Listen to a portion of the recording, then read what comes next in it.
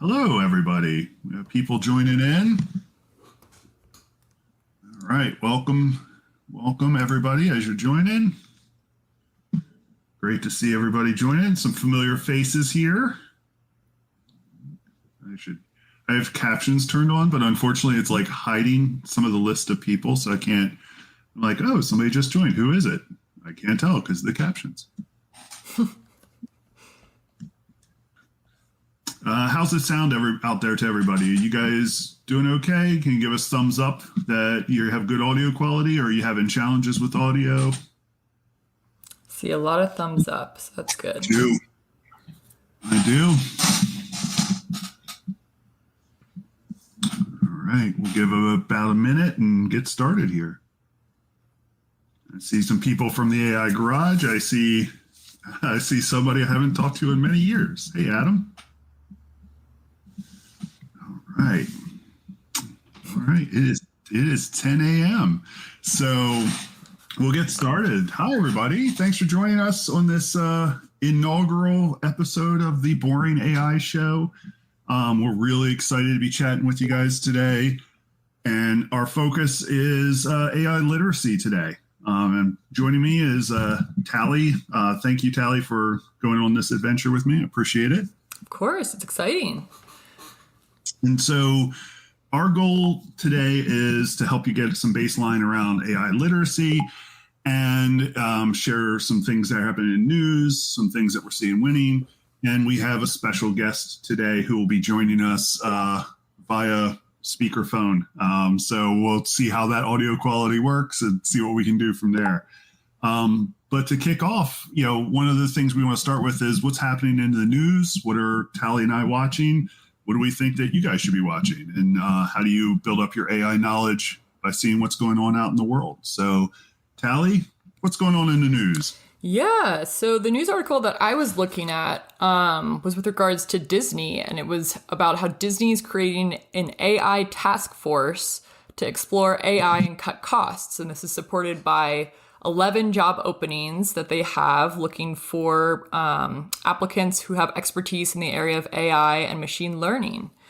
So I just thought this was a really interesting news article to bring up. I do want to note that this task force was launched prior to the Hollywood writers' strike, and that Disney's been pretty careful about how it discusses AI publicly. But obviously, media companies really have to figure out, how to go about adopting AI or risk becoming obsolete. And obviously Disney has a pretty strong history and track record for investing in new types of technological innovation. But I thought this was a really interesting article because it touched on a lot of really unique use cases. And Tim, I'd love to hear your thoughts on some of these. So the main use cases they touched on were AI-powered ad systems, so using AI in their advertising department, AI to enhance customer service.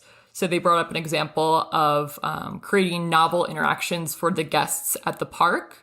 The specific example they used, I don't know if you're familiar with Baby Groot, but creating that character that guests could interact with in real time, which I think is really fun. And then of course AI in effects, not necessarily to replace human actors, but to augment the digital effects. So I'm curious if you have any thoughts on those use cases, or if you think that they, would probably use AI even beyond those three.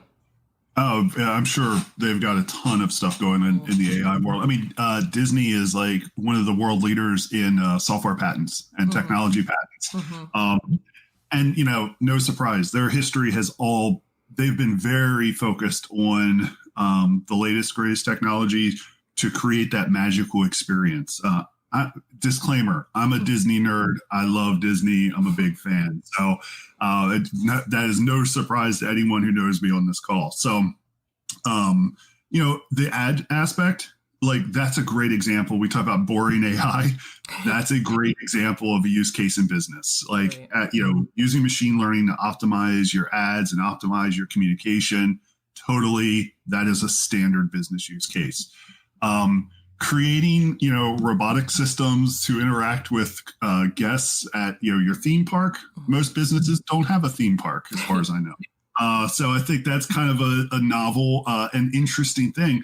I would really like to see one of the things I think is done well by Microsoft Research is they do a lot of the publications around like this is what we're doing and how we're doing it and what's going on.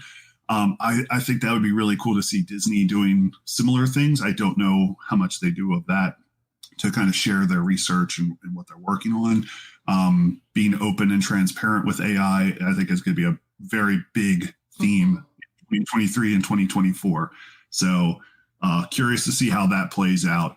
I do give them kudos that it's not the $900,000 a year salary jobs that Netflix had posted, which kind of was bad timing. Right. So very cool. Yeah. So this, I think is a good story to watch. And this was on Rudders, correct? Disney creates a task force. So very good stuff. Encourage everybody to keep an eye on, what Disney and crew are doing, not just in the entertainment industry, but like from a business perspective. How I would be certain that they're using AI for their business processes. That's just not what's super attractive to talk about right now. Generative AI is all the rage. So. Now, I do want to, I know you made a joke there about, I don't know how many folks, organizations have a theme park where you would interact with the character, but I think that application could be applied to, customer service at large, or, having some sort of chat bot that's maybe not necessarily animated like a Groot per se, although that, that could be really fun. But I think there are ways to break down that use case in terms of, most any industry I can think of, there's some level of customer service that's needed. And to have, a customer service experience where they can get maybe even basic questions answered. I know we're going to introduce Katie here in a bit, and that's something that we've leveraged almost like a character for Mind Over Machines. But I do think there's ways that specific use case, can be leveraged in the customer service world as well. Oh, totally. And, the key there is the character, right? You want to make sure that it's aligned to your brand. Chatbots are very common. They really had a day in the sun a few years ago that was a big thing, and then it kind of got quiet around that. And now with ChatGPT, we're seeing this resurgence of chatbots. The key things there is it is your brand ambassador. So just like Baby Groot is a brand ambassador for Disney, for Marvel, and for a specific demographic, the I Am Groot cartoon is, it's cute. It's for children, but also like people like me who want to watch it with their kids. And so, when you're thinking about your characters and that customer experience, how do chatbots enable that? What is the personality of your brand and how does it manifest in your chatbot? These are really important questions to think about. And this is where AI needs to get out of IT, and IT needs to be involved, but you need to have marketing in there. You need to have your operations team in that discussion, your legal team for sure, making sure that people are thinking holistically about AI and not just as, okay, well, we can save a couple bucks if we have a chatbot answering our call center. Where are the lines in the sand? Where's the process? How do you think about escalation? How does the human get involved? These are all really important discussion topics for people to think through. And, using, I think you're spot on saying, hey, Baby Groot is a good example of using AI to represent your brand. Good stuff. Cool. All right. So with that said, let's jump into our, in these boring AI shows, we're going to have a guest come on. And today's guest is we didn't want to subject a human to whatever might happen in this first episode, technology wise. So we are subjecting our AI assistant, Katie, with answering some questions. And so when it came to AI literacy, one of the questions we asked, and we use a array of AI tools at Mind Over Machines. And so we were working with Jasper, which is an awesome tool that we use for many things. And we asked Jasper the following question. We said we are hosting a podcast episode about AI literacy and would like to have an AI system talk about what is important in AI literacy. So we wanted to get AI's perspective on what's important. Jasper, what do you think is important for non-technical people to understand about AI literacy? Jasper gives its answer, and like all AI systems, the humans now get involved. So Jasper put out its content. Tally and I came into the content and said, okay, this is good. This needs to be sharpened up. We need to change this. And we used Murph AI, which is another AI tool that we use at Mind Over Machines, to give a voice. And the voice that we have is the standard Katie voice for Mind Over Machines. We use this for training videos. We use this for content like we're about to do now. The goal here is that, Katie has a character. Katie is a persona that we work with. And now Katie is going to tell us what she thinks about AI literacy. And we're going to talk about if we agree or not. All right. Sound good? Sounds good to me. All right, let's go. So here is, this is through my speakerphone. And if the audio quality is poor, I couldn't find a way to share audio directly from my computer here into LinkedIn audio events. We'll work on it, but here we go. As an AI language model, I believe there are several important aspects of AI literacy that non-technical people should understand. I'll break down the topics into a few areas. Okay, and the first area? To start, non-technical individuals should have a basic understanding of what AI is and its potential impact on various industries. They should grasp the concept of machine learning, which is a subset of AI that enables systems to learn and improve from data. I call this foundational knowledge. Sally, what do you think about starting with foundational knowledge on the technical side of how machine learning works? Yeah, so, I think depending on your role, I don't personally know the level of detail that a non-technical person would need to know with regards to machine learning in particular as a way to start off. I know that, you and I have talked endlessly about human-centered design thinking and making sure that before you delve into anything, you're really understanding the problems at hand and the business use cases. I do think that her call out on understanding the impacts of AI are really critical, especially as we think about ethical AI, which I think, we'll delve into later this conversation, I hope. But I think in general, it's important to have foundational knowledge, but I don't know if I would consider the ins and outs of machine learning that she touched on necessary to get started on that specific journey from a non-technical perspective. What are your thoughts? Yeah, I totally agree. And, I think one of the big challenges, and one of the challenges I consistently encounter is the ability to articulate what the problem actually is. Like, what is the problem people are trying to solve? And why do they think AI is the solution they need to jump to? There are many, many business problems that do not rise to the level of AI needing to be the solution. So with that said, I really would encourage people to start their AI literacy is actually to start being able to articulate what is a business problem, who has it, why do they have it, when do they have it, and really think through, what's the context of this problem. And that will help you understand how to solve the problem. Because if you just jump in with, I want to put some AI on that, it's not like a medicated cream, it's AI as a technology solution that you need to make sure it fits the problem.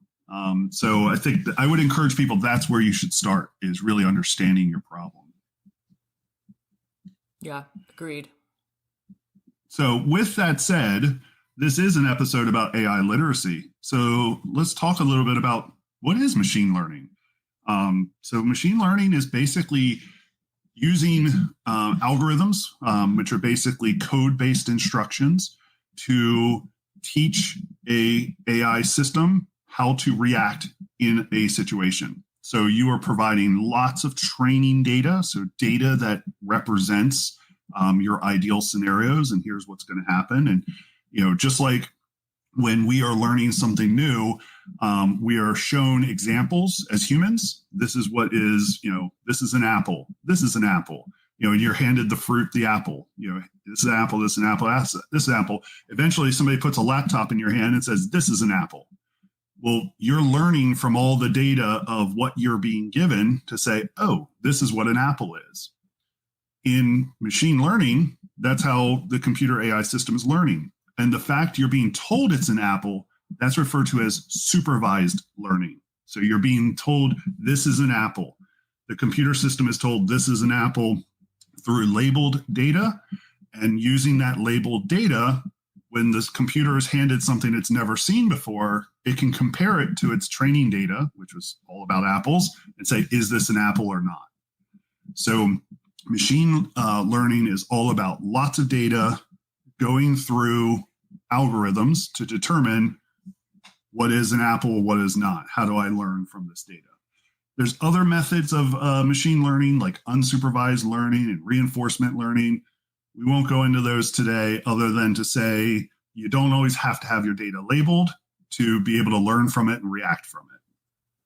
So now, Tim, if somebody did want to go into that and learn more about those, do you have any recommended resources or ways to go about maybe learning some of that more technical knowledge? Yeah. So if you want to dig in, Microsoft has some really great free training on generative AI and artificial intelligence through learn.microsoft.com. I'm also a big YouTube learning nerd of there's tons of videos on this content that you can learn from and really work, dig in as deep as you want.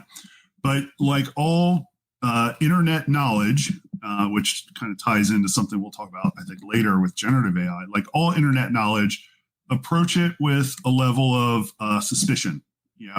Does this person actually know what they're talking about? Are they giving good advice? And that's for all learning, no matter if it's internet or a book or a lecture you're getting from a professor. So definitely, and I might say his name wrong, but Andrew Ng, Andrew NG. He is an excellent person to watch on LinkedIn and see what he's talking about. And his company, Deep Learning AI, has really excellent free classes to dig into machine learning and AI skills. Cool. Awesome. All right. You want to hear what Katie says next? Let's do it. All right. Let's see what item number 2 is. Next, it's crucial to explore practical use cases of AI in everyday life and business scenarios. This includes identifying areas where AI can bring value, such as automating repetitive tasks, improving decision-making processes, or enhancing customer experiences. I call this real-world applications. All right. So, Tally, what do you think about that? I think that's huge. I think that understanding the different possibilities is critical, but making sure we're not limited to that as well. I know from my personal experience, I'm learning new applications and use cases almost every day. So definitely being creative and not limiting yourself to what you're hearing in the world and getting creative with different solutions. But I think that is a really helpful place to start in order to ground your thinking around AI, especially in a specific industry. I think understanding use cases is really critical and could hopefully lead to innovation within your own organization or team. What are your thoughts there? Yeah, absolutely. Build out your use case library. That really being aware of what are other people doing in your industry, what are other people doing across industries, and this is where I know Tally and I watch this obsessively. What are people doing? How is AI being applied? And I just actually got a text message, from Adam Dreesen. Thanks, Adam, for sending this over. But his question/comment is around thinking about data and the challenges you could get with how your data is applied in AI. And as we all know, anyone who's worked in tech knows that data, man, that can be a mess. It really can be a challenge to come into an environment. And, Adam's question here around insights, can I get insights from my data? Well, it depends how good your data is. But this is also where the real world use cases come into play. Is you want insights on your data. What kind of insights? And I've often encountered people that are like, well, I just want the AI to tell me stuff. It's like, yeah, that's not how this works. Like you have to have a really, you have to have a question that it's answering. You can't just kind of wander around in the data. Even when you're doing clustering and unstructured content and unstructured work, you're really trying to answer a question still.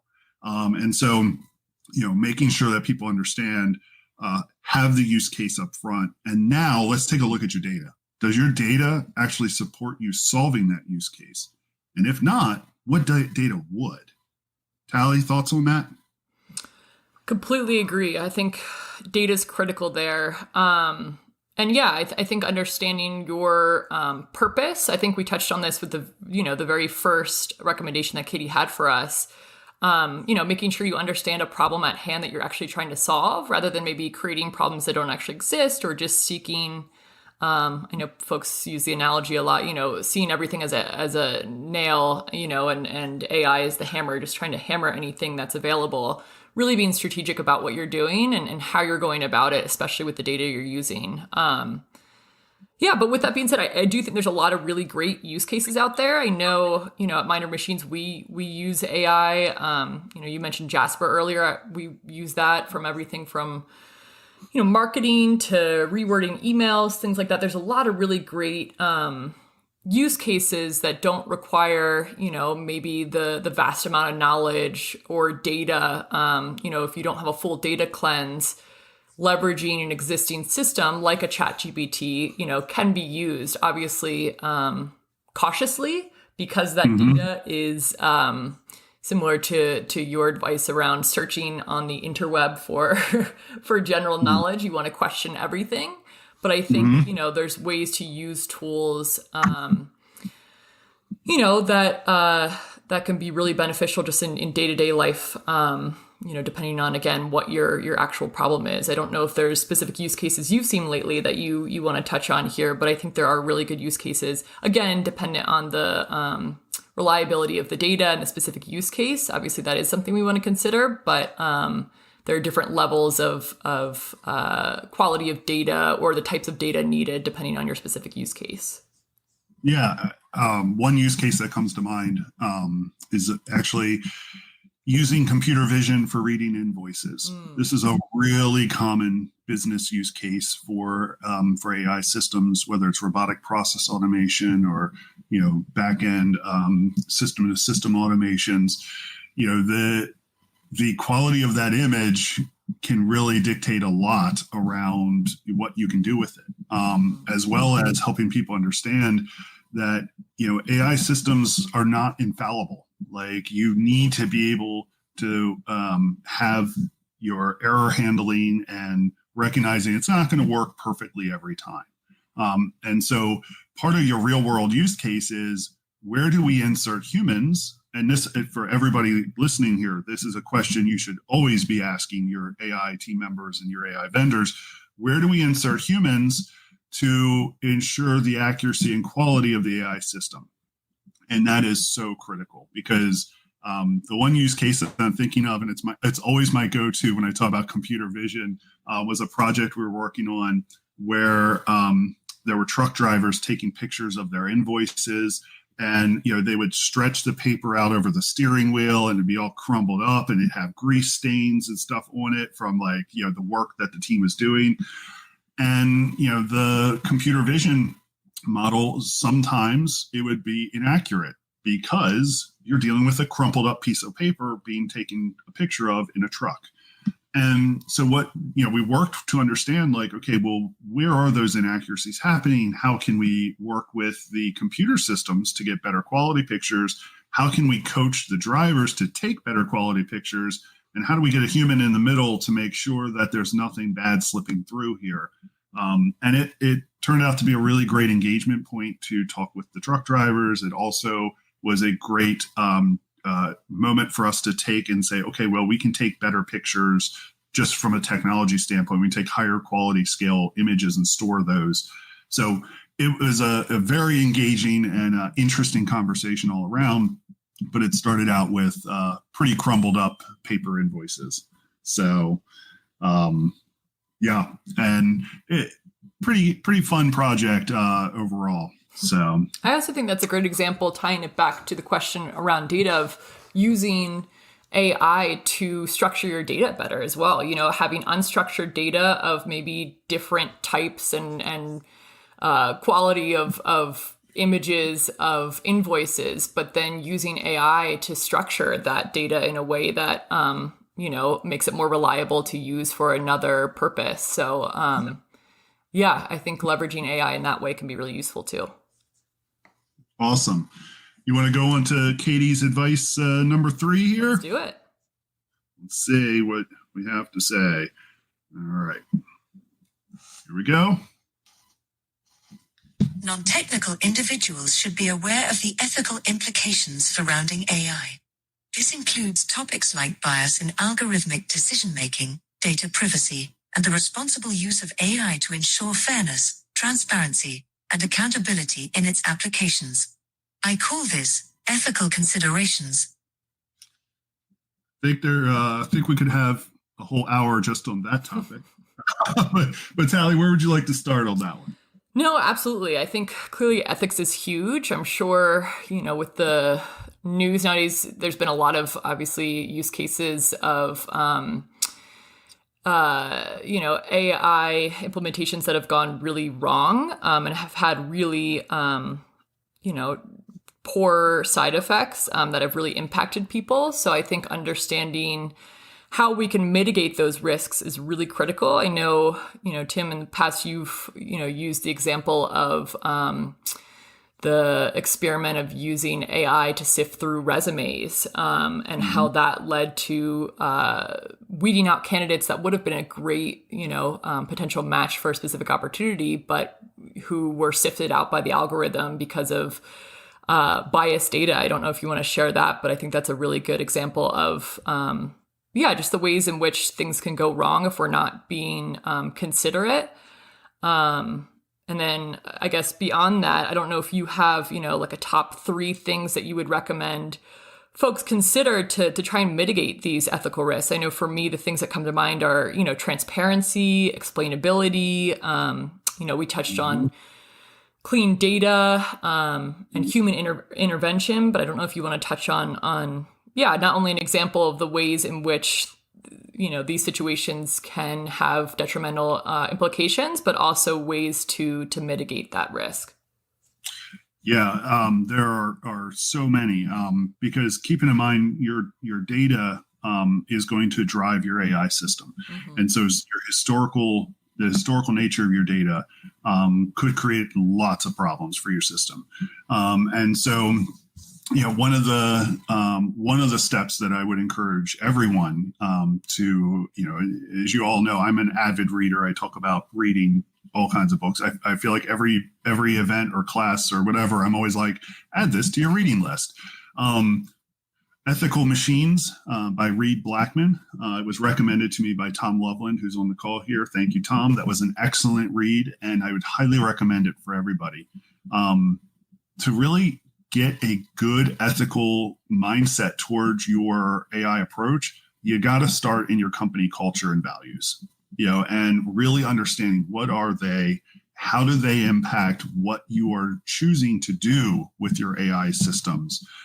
Because if you have a culture that's, win at any cost, and it doesn't matter the human impact, churn and burn, let's go get this done, you're going to have a very different compass from a organization who is focused on, we are providing healthcare solutions for this population, and we deeply care about this population. We are passionate about this population, or a school, and so looking at, we are here to grow these students and grow their knowledge.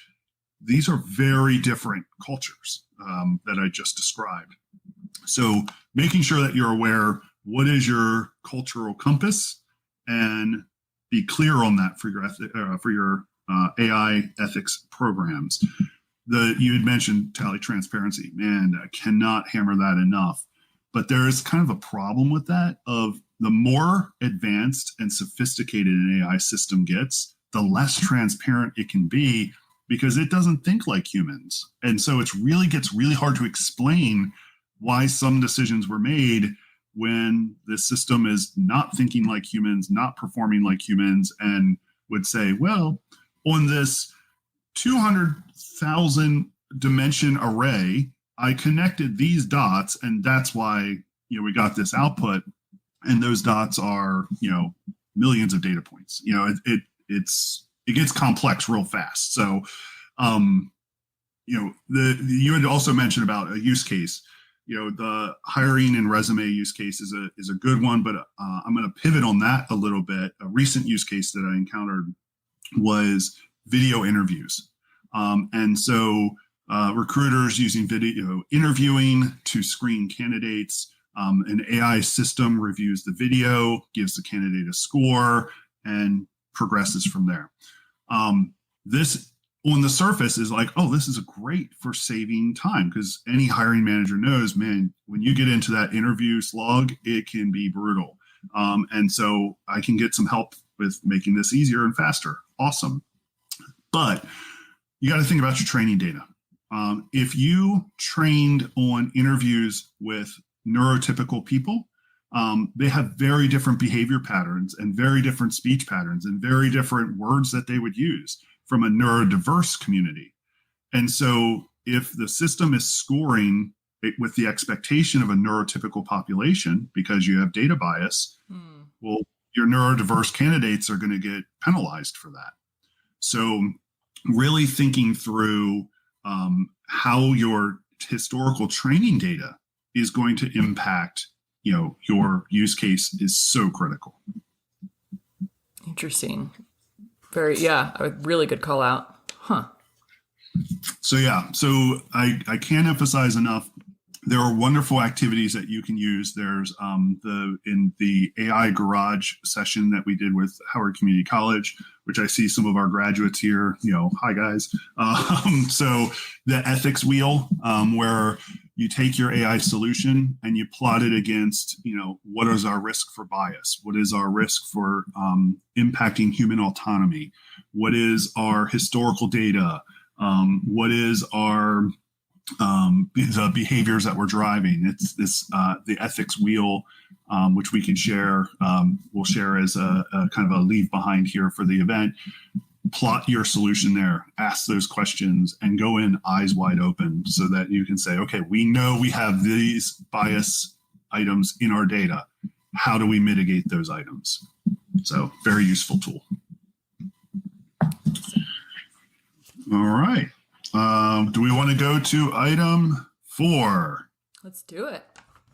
Okay. Here we go, loading it up. Let's see what Katie has to say. Non-technical individuals may not require in-depth technical knowledge. It's important for them to understand the importance of collaboration with technical experts. Building a cross-functional team with individuals who possess both business acumen and technical expertise fosters effective communication and ensures that AI initiatives align with business goals. I call this collaboration with technical experts. Yes, please don't just go do something on your own without IT knowing about it. I can't emphasize that enough.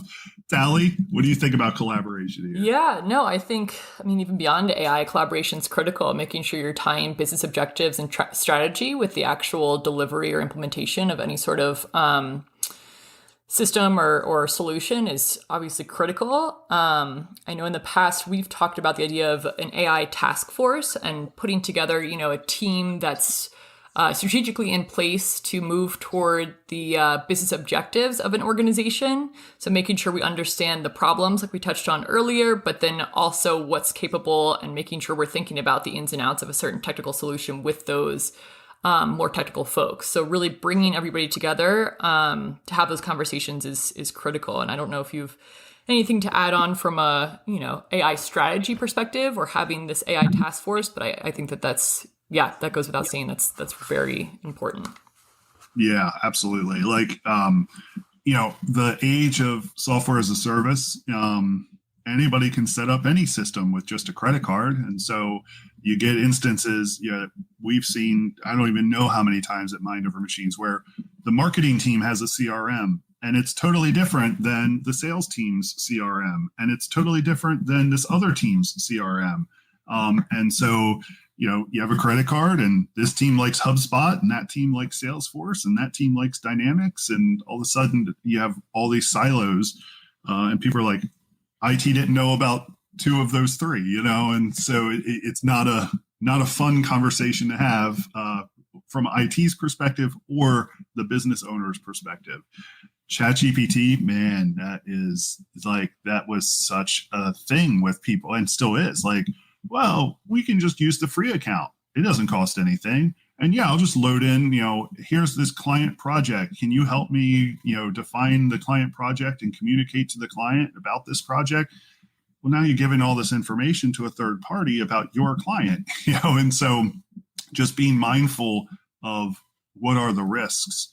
And as all of us, we do our jobs, man, we don't think about our jobs. We just want to get it done. And we hustle to get it done. We want to okay, I got to get this knocked out so I can move on to the next thing and next thing. And then we start making mistakes, like telling ChatGPT things that it shouldn't know about private company information. So really working as a team, and that team, IT, legal, HR. That is what we see as common, from a strategy perspective of where to start. Get your IT red team, your forward team, whatever you want to call them. These are the task force. These are the people to get engaged. HR to help you with your human problems. IT to help you with your security risk posture, as well as your technology solutions and consistency in technology solutions. And then legal from a governance and privacy, perspective to make sure you're not stepping on any toes that you shouldn't be stepping on. Makes sense. All right. Let's go to the last thing that Katie has to say. And this one, I can't agree with more. AI is a rapidly evolving field, and keeping up with the latest advancements and trends is crucial. Non-technical individuals should embrace a mindset of continuous learning, staying informed about new developments, attending relevant workshops or webinars, and engaging with AI communities to stay updated on best practices and emerging opportunities. I call this continuous learning. Yeah. Tally?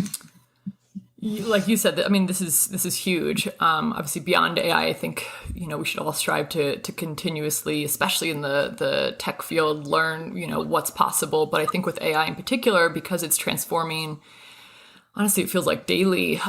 We really want to make sure we stay on top of the latest and greatest. What's possible? What are the risks that we can learn from? It's really pertinent that's something we all do, especially just to mitigate risk and to increase any potential revenue or efficiency within your organization. The only way to do that is to really stay ahead of the game here. And I know that's something you and I, just from an interest standpoint, try to stay involved in. I don't know if you have any tips, practical tips in terms of how to best go about that for the audience, but I think that's a really critical piece here. Absolutely. Yeah. LinkedIn. Follow the people who are keeping track of what's going on, but don't try to follow everybody. Pick out who are the people in your industry or that are focused on your topics.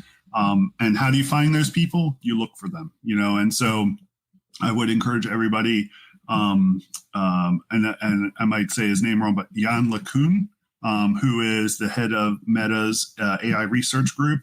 He's a great person to see and follow because he comments on a lot of other people's projects. The team at Hugging Face is another group to keep an eye on and see what they're talking about. And again, narrow and focus. Don't try to follow everything. There's too much going on to follow everything. Mm-hmm. That's what Tally and I are here for. Is to be insane and follow everything. So exactly. But yeah, focus on your industry or an industry you're interested in. I have no ambitions of working in the video game or entertainment gaming industry, but I keep a close eye on what's happening there because that's kind of a leading indicator of what we'll see in the commercial space. So, find your industries, keep a close eye on them. So definitely. Cool. All right.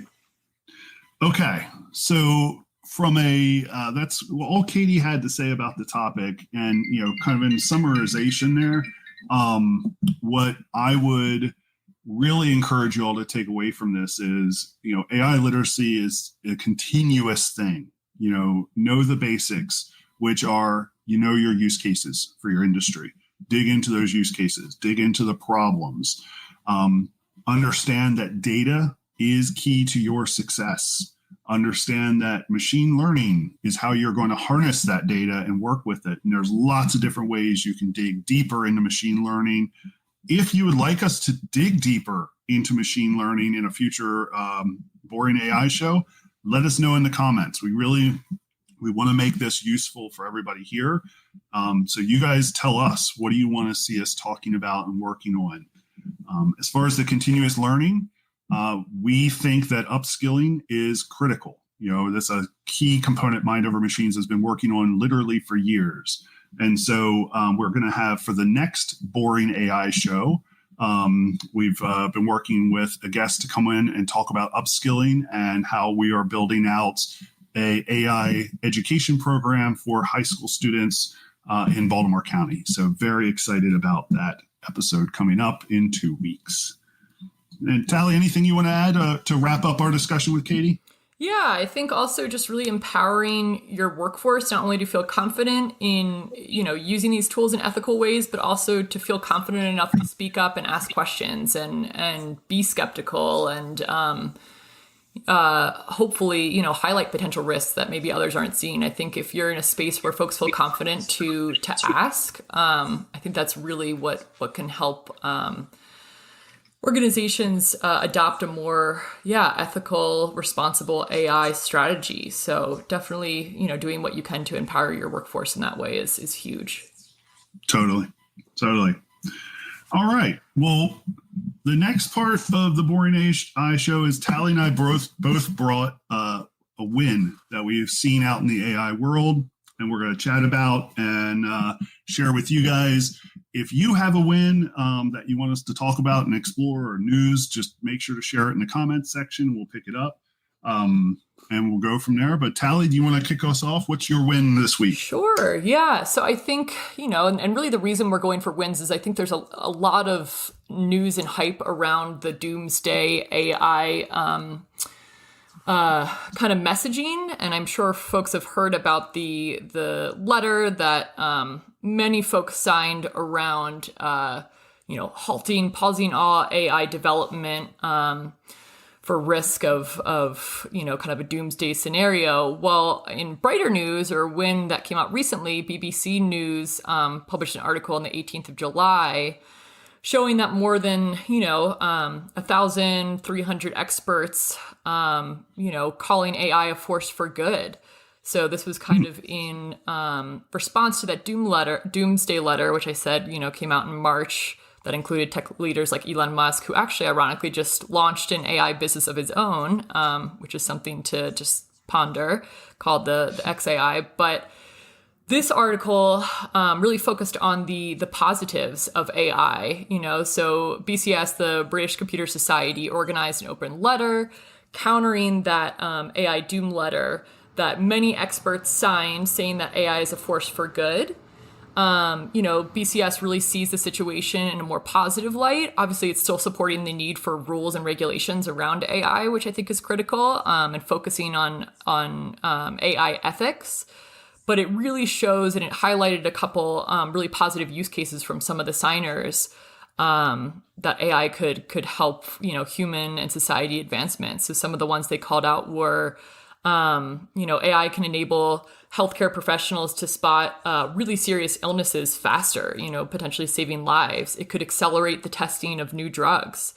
Another use case was AI could identify and target weeds across, fields of crops, which could prevent the need for mass spraying of harmful chemicals. So there's a lot of really great and incredibly positive use cases for AI.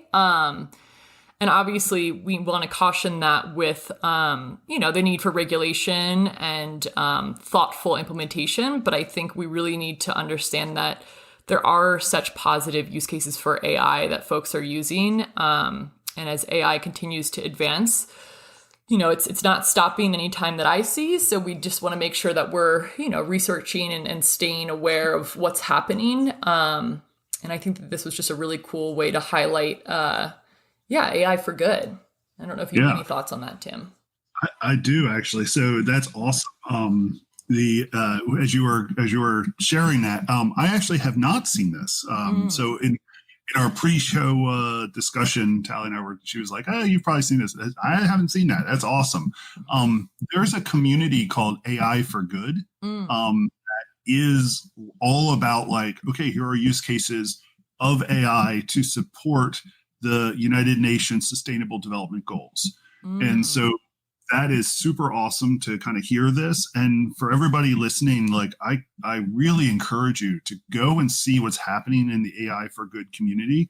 It is some amazing use cases.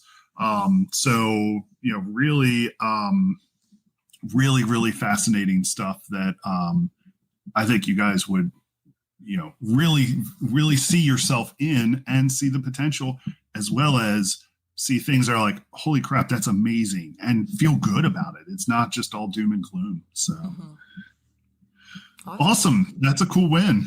Yeah, it's exciting to see. I'll share the article. Awesome. So just post it in the comments here for people to pick up. Absolutely. And then my win for today, I love toys. I love the toys in the technology world. And I was going to talk about something called Chat USD, which USD is a 3D file format that you can, but it's text-based.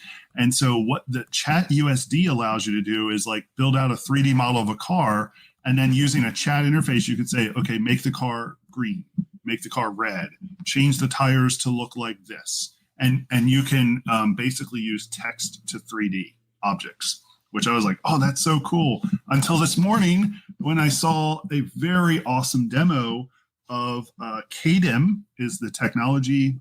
All of this is through NVIDIA AI, which again, if you want to see some of the really powerful use cases in the world of AI, NVIDIA AI is a great group to follow on LinkedIn. So the KDIM technology, it takes a 2D image and extrapolates a 3D object in from that image. Except if you've seen this before, it's kind of like, that's okay. It's not all that great. No, this KDIM system, it was amazing to see what was coming out of this. So big win for 2D to 3D, as well as text to 3D. I think these are really cool technologies for the world of construction, manufacturing, wind. You could be using this to rapidly prototype different, modules for wind turbines, and explore like what's breaking, why is it breaking, how do we make this better? Super exciting stuff, and all ties into NVIDIA's Omniverse, of course. Which another thing, if you're not keeping an eye on the Omniverse, pretty interesting thing if you're really into being a nerd about 3D technology and AI. Very cool. Huh. Interesting. So cool. Well, that is all we had for you guys today. The next boring AI episode, we have it currently planned for August 24th. And our guest right now, we want to get final confirmation before announcing, but we'll be talking about AI upskilling and the importance of upskilling, as well as how to get started in your upskilling journey. So we hope to see you there. Please like, comment, share, tell us what you'd like to hear. I've already been getting messages of people saying, can you do an episode on this? Can we talk about that? Can we go from it? Yeah, absolutely. Like, as long as this is useful for you all, we'll keep going. So tell us what you'd like to hear, and let's build it out. And please feel free to make this a conversation. We'll meet with you guys on the 24th. Tally, anything I missed today? No, this was super fun. Excited to meet again in the upcoming few weeks and read all your comments that you guys have following the show. So thank you so much. This is awesome. All right. Thank you, everybody. Talk to you later. See you guys.